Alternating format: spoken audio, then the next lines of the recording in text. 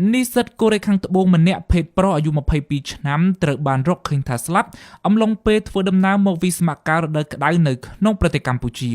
នេះបើតាមកាសែតក្នុងស្រុកកូរ៉េខាងត្បូង The Korea Times នៅថ្ងៃទី10ខែតុលានេះដោយបញ្ជាក់ថានិស្សិតរូបនោះត្រូវបានគេចាប់ជំរិតនិងធ្វើទរណកម្មនៅក្នុងស្រុកខ្មែរតាមកាសែត The Korea Times និស្សិតរូបនោះបានស្លាប់ដោយសារតែការគាំងបេះដូងក្រោយរងការធ្វើទរណកម្មធ្ងន់ធ្ងរពេកយោងតាមប៉ូលីសក្នុងស្រុកនិងសមាជិកក្រុមគ្រួសារជនរងគ្រោះកាសែតកូរ៉េខាងត្បូង The Korea Times បានរាយការណ៍ថាជនរងគ្រោះបានចាក់ចេញពីផ្ទះនៅប្រទេសកូរ៉េខាងត្បូងកាលពីថ្ងៃទី17ខែកក្កដាដោយប្រាប់ក្រុមគ្រួសារថានឹងទៅចូលរួមការតាំងពីពណ៌មួយនៅក្នុងប្រទេសកម្ពុជា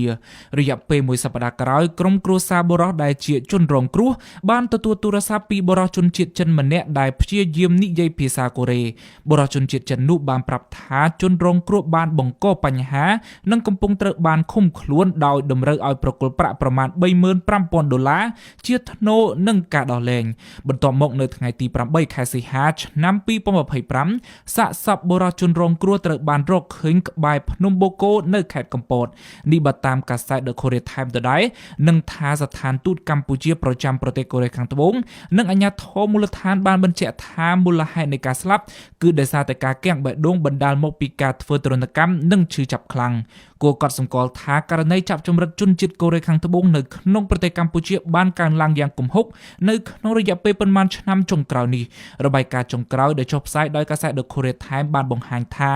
មានករណីចាប់ជំរិតពលរដ្ឋកូរ៉េខាងត្បូងនៅប្រទេសកម្ពុជាកើនដល់330ករណីគិតត្រឹមខែសីហាឆ្នាំ2025នេះដែលមានការព្រួយបារម្ភកាន់តែខ្លាំងឡើងអំពីសុវត្ថិភាពរបស់ជនជាតិកូរ៉េខាងត្បូងក្រសួងការបរទេសកូរ៉េខាងត្បូងកាលពីថ្ងៃទី17ខែកញ្ញាបានព្រមានពីហានិភ័យនៃការធ្វើដំណើរមកកាន់ប្រទេសកម្ពុជាជាពិសេសក្នុងតំបន់ខេត្តព្រះសីហនុភ្នំបូកូនិងក្រុងបាវិតយ៉ាងណាមិញក្នុងសំណុំរឿងចាប់ជំរិតឬបង្ខាំងមនុស្សធ្វើទរណកម្មនេះកាលពីពេលកន្លងមកអគ្គស្នងការនគរបាលជាតិកម្ពុជាធ្លាប់បានបដិសេធចោលចំពោះការចោទប្រកាន់របស់ប្រព័ន្ធផ្សព្វផ្សាយកូរ៉េខាងត្បូងដែលថាពលរដ្ឋកូរ៉េខាងត្បូងត្រូវបានចាប់ជំរិតឬបង្ខាំងឲ្យធ្វើការខុសច្បាប់នៅក្នុងប្រទេសកម្ពុជា